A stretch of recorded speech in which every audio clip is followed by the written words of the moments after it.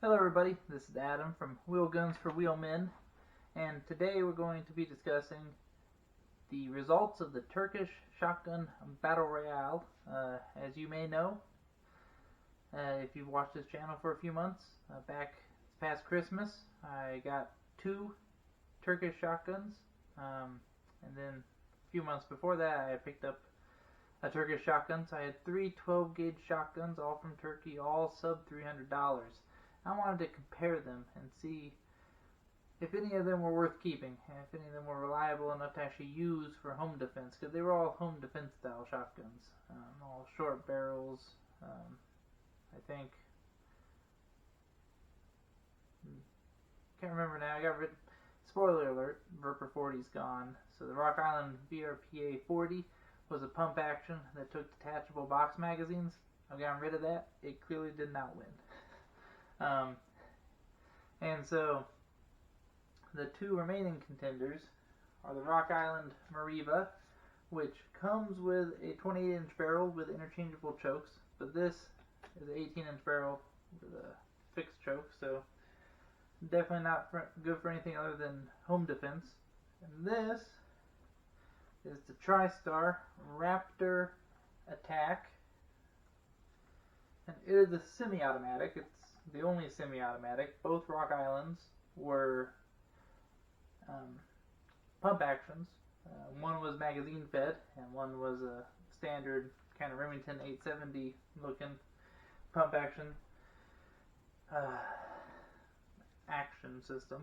And so that's what this one is. As I said, I got rid of the VRPA 40, but I'm going to go over how much testing I did, which admittedly I did not have all that much 12 gauge to waste on a bunch of Turkish shotguns, especially the ones that weren't running properly. But I was just trying to see if I could get through their break-in periods. So starting off with the Rock Island Mariva. This thing has had 161 rounds through it. 128 of those have been low recoil birdshot because I've been using it at the trap club with the 28-inch barrel with a modified choke, or maybe improved modified. I forget which one it came with. And then it's also had 2 slugs through the 18-inch barrel, 5 single-aught buck rounds, 20 double-aught buck, and 6 number 4 buck. So all home defense loads of different sort. Now, the single-aught buck was the only one that it had problems with, and it was the last 2 rounds of the single-aught buck, which I think is just a brand. It's Aguila single-aught buck from Mexico. I think whatever they do with their single-aught buck is an issue.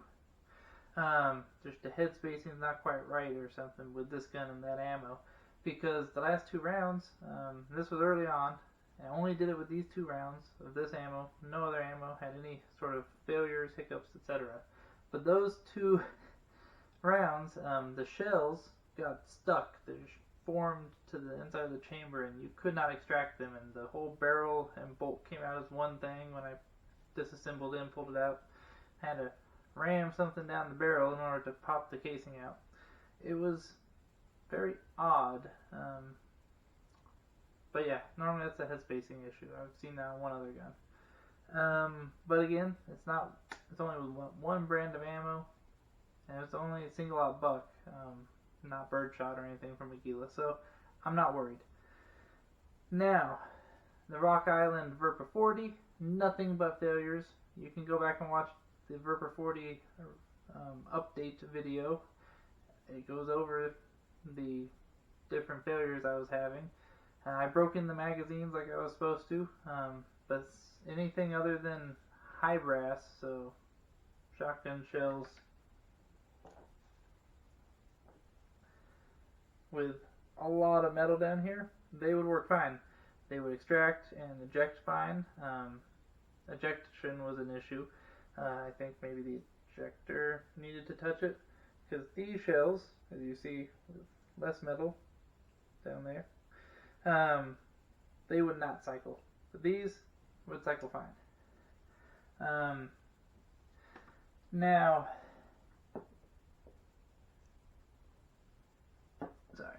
I got rid of that gun because it just was terrible. I put 15 slugs through it. They cycle fine. 19 single out buck, a little iffy. 21 double out buck, also iffy. And then birdshot simply would not cycle unless it was high brass pheasant loads. Had issues chambering a lot of the rounds, regardless of the metal versus polymer ratio, and that was mainly due to the magazine springs. So then we go to the TriStar. And so for a tally, the VRPA 40 had 149 rounds through it, and then the Mariva had 161 shells through it, so right around 150 each. This one only got 109 shells through it as of today. That's not that many, I know, but the reason being is it's been in the shop. I had to leave it with a gunsmith for a while, and so it did not get as much attention. It also didn't need as much testing because it didn't really have a break-in period. This gun has had really zero failures of any sort, chambering, ejecting, extracting, cycling in general. Any rounds, it cycles everything. If you feed it, it eats it up. Great for that. The reason it's at the gunsmith is here.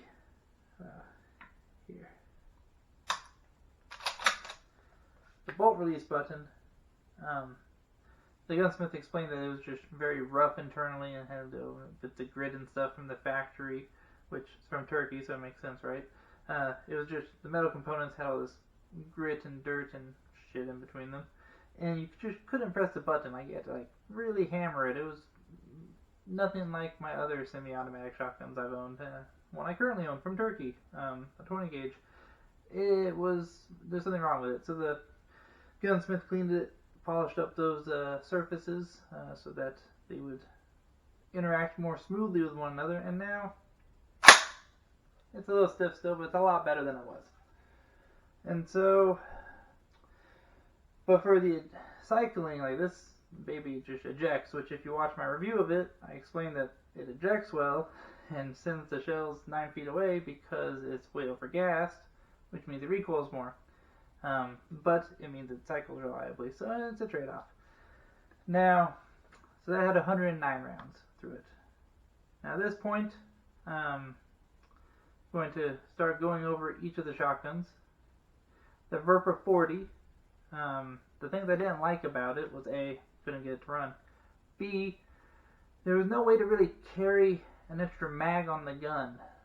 And so, like on this, I keep slugs, double out buck, and then number 4 buck in the tube.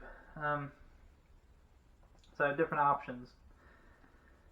Couldn't really do that with the VRPA 40, and I didn't really like that.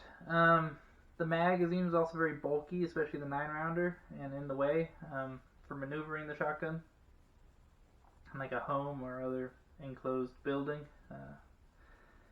The magazine release was placed awkwardly in the grand scheme of things, and it was hard to actuate. Even someone with larger hands really had trouble with it. I have small hands, so I always make sure someone else touches it. And so it never broke in, and so I got rid of it. I don't even think I have any footage of it, unfortunately, but yeah, it's gone. Now, I do have footage, which we'll be showing in a minute, of the other 2 shotguns.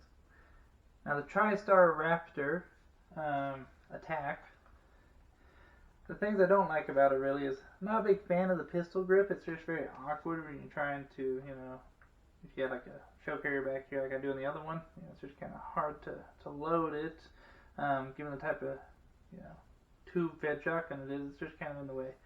Also, I don't really think it's all that necessary. Things I do like about it would be the Picatinny rail and the high-vis front sight. Things I don't like is they don't believe in Loctite in Turkey, and so they jiggled loose after just a few rounds. As I explained earlier, the bolt release, super stiff at first, but it cycled reliably. And so this is the runner-up. I'm keeping it for now, but I might trade it. I'm not really looking to sell it because it does work and it's fun to have. And I might blow up pumpkins with it or something at Halloween. I like doing that with shotguns. But I'm not going to keep it for home defense. It's just not very wieldy for it. This is lighter, more maneuverable, easier to load and reload, unload, everything. Just easier to manipulate. And so, yeah, but we can show you some video footage of the Raptor.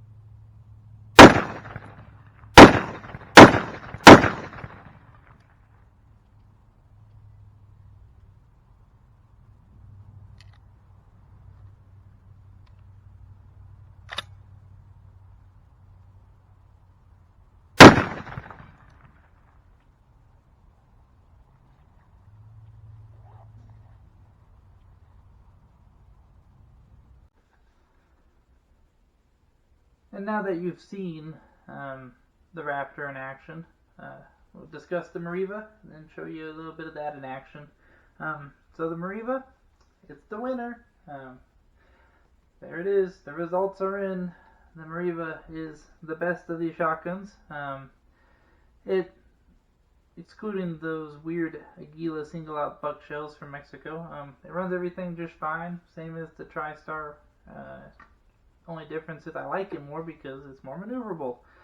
It's the winner because it cycles things fine, but just like the other one, but it's just easier for me to use. I also really like the nickel finish. I've been keeping this in the bathroom when I take hot showers. No rust at all, just like it's supposed to be. Rust resistant, that's the whole point of it. Has the Remington 870 type controls. The dual action bars are the same. I'm not sure if it's a complete clone, but if I had to guess, you could probably add a magazine tube extension that's probably the same. Could be wrong. Don't take my word for that. But takedown's the same. Everything's basically the same, or at least close enough that it feels the same, and I like that. I like the 870 platform, and so I like it. Has a Picatinny rail for a light, which I think a light's a must-have for a home defense weapon of any sort. Carbine needs a light. Pistol needs a light. Shotgun also needs a light. No way to really put a light on the TriStar easily. That's another reason this was a clear winner. And so, well, assuming it worked flawlessly, which it did. And so between those two, this is the one that I keep loaded. I keep it in the bathroom. It's the shotty that I keep by the shower in case people try to shoot me while I'm shitting. So, there you have it. And I'll play some footage of this one so you can see a little bit more of it. Thanks for tuning in.